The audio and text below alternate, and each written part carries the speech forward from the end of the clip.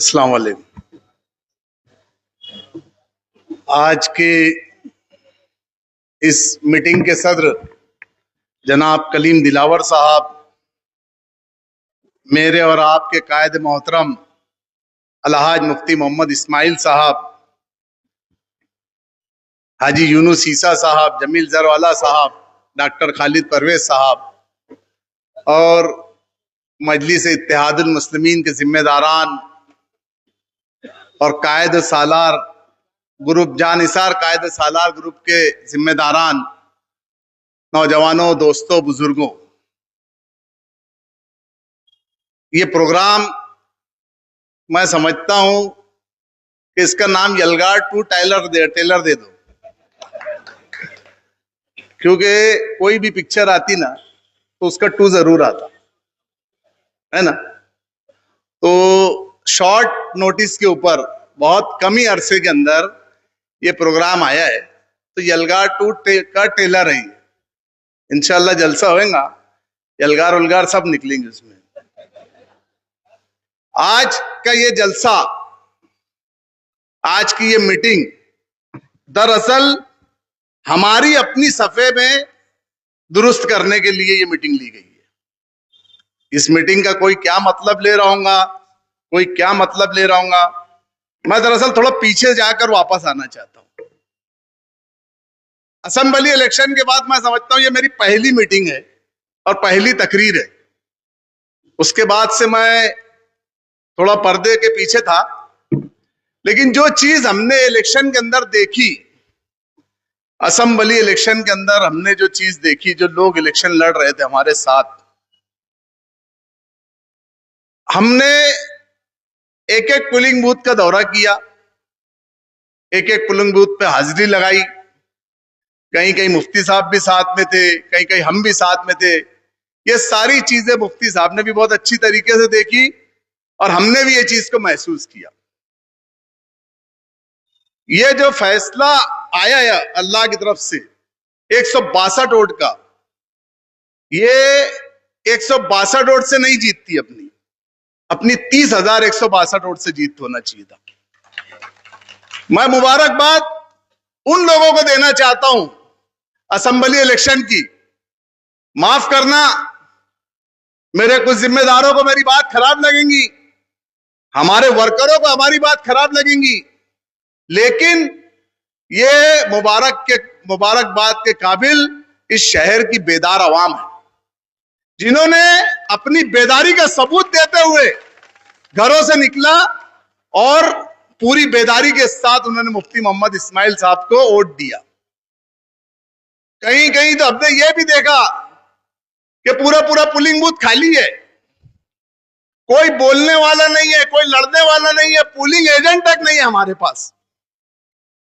और आज ये कारपोरेशन के इलेक्शन की पहली कड़ी हम जोड़ने जा रहे हैं। मैंने जो पहले कहा कि हम हमारी सफे दुरुस्त करने के वास्ते ये मीटिंग रखे, मैं ये समझ रहा हूं कि जो गलतियां हमने अगर की है, मैं यहां किसी का नाम नहीं लेना चाहता हूं, सब जानते हैं किसका क्या रोल था, किसका क्या रोल नहीं था। वो अपने आप का मुहासबा खुद कर ले, और अब अगर आए तो पूरी ताकत और पूरी ईमानदाराना तरीके से रहना है, ये सोच के आपको आगे आना है, ताकि हम 1,30,162 वोट को कवर कर चुके। 30,000 वोट क्यों हमको कम मिली?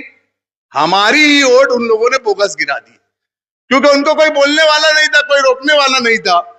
उनकी इतनी प्लानिंग थी, उनके एक एक वर्करों की इतनी प्लानिंग थी, जो हम देखते थे। मुफ्ती साहब ने भी ये चीज को महसूस किया होगा कि इतनी मुनज्जम प्लानिंग के साथ वो लोग अपना काम कर रहे थे, और उस प्लानिंग में वो पूरी तरीके से कामयाब हुए।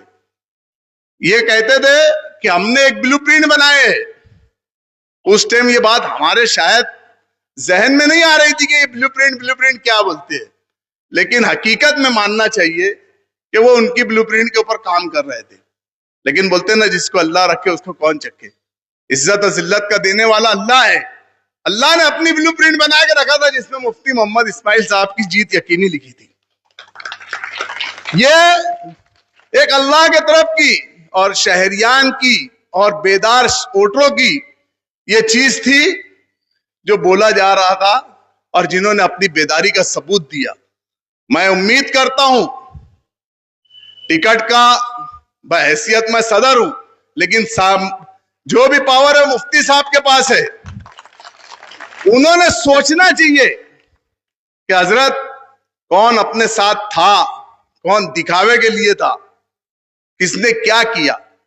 ये आज हम अपने अपने बैठे हैं, इसलिए मैं ये बात कर रहा हूं, नहीं तो मैं ये मौजू पे कभी बात भी नहीं कर रहा होता था। मैं आप लोगों को अपना समझ रहा हूं, हमारी जो खामियां हमको उसके ऊपर भी तो बात करना चाहिए कि नहीं, कि हमारी क्या खामियां है, हम क्यों इतना वो हुए। तो सबसे मेन बहुत सारी खामियां थी, जिसमें एक मोटी वजह ये चीज समझ में आई कि जो हमारे जिम्मेदार बन के बैठे थे उन्होंने पूरी तरीके से अपनी जिम्मेदारी नहीं निभाई। मेरी बात अगर किसी को खराब लग रही है बुरा मत मानना, अल्लाह वास्ते। अभी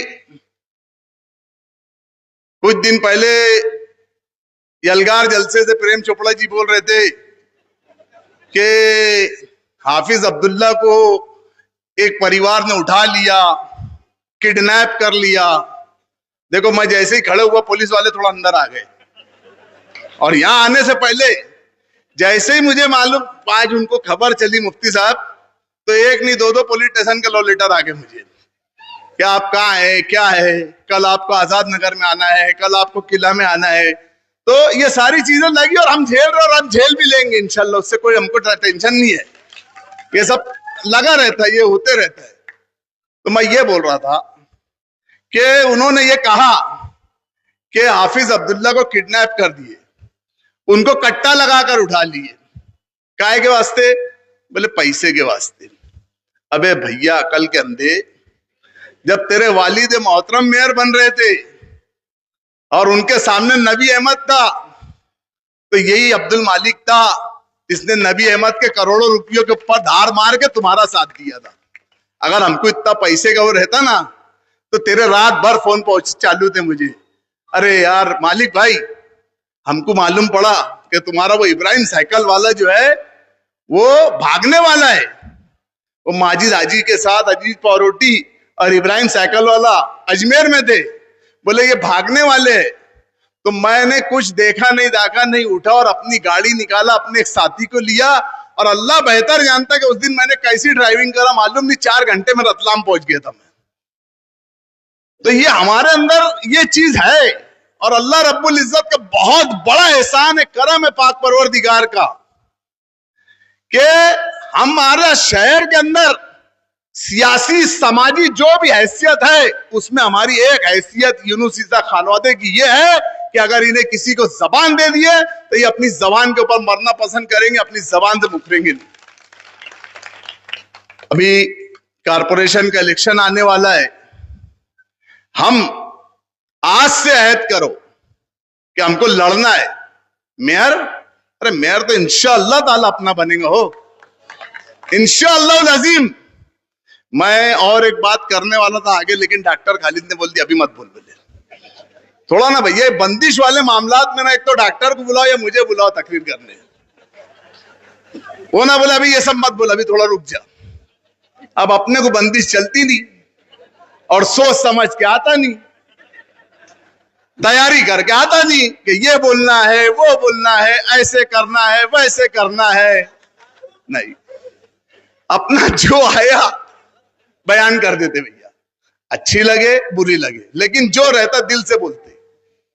तो कारपोरेशन का इलेक्शन हमें लड़ना है, इंशाअल्लाह ताला हम कारपोरेशन पे पूरी तरीके से काबिज होंगे इंशाअल्लाह लाजिम। सिर्फ जो थोड़ी बहुत हमने असेंबली इलेक्शन के अंदर कोताहियां की है, वो कोताहियों को दूर कर दो, वो कोताहियों को दूर करो, इंशाअल्लाह लाजिम मजलिस इत्तेहादुल मुस्लिमीन का हरा परचम हम कारपोरेशन पर लहरा के रहेंगे, अगर हमने हमारी ये कोताहियों को दूर कर दिए तो। हमारा मकसद ही इत्तेहाद है, हमारी पार्टी का मकसद ही इत्तेहाद है, हम अपने आप में मजबूत रहो। बस यही चंद बातें थी जो आप लोगों के सामने था। मुझे कायदा सालार जानिसार, भैया माफ करना, तुम लोग तो बार बार भूल जा रहा, मैं जानिसार कायदा सालार ग्रुप का मैं बहुत बहुत शुक्रगुजार हूं। जिन्होंने मुझे 1 साल के बाद माइक देने का मौका दिया। बहुत बहुत शुक्रिया। अल्लाह हाफिज।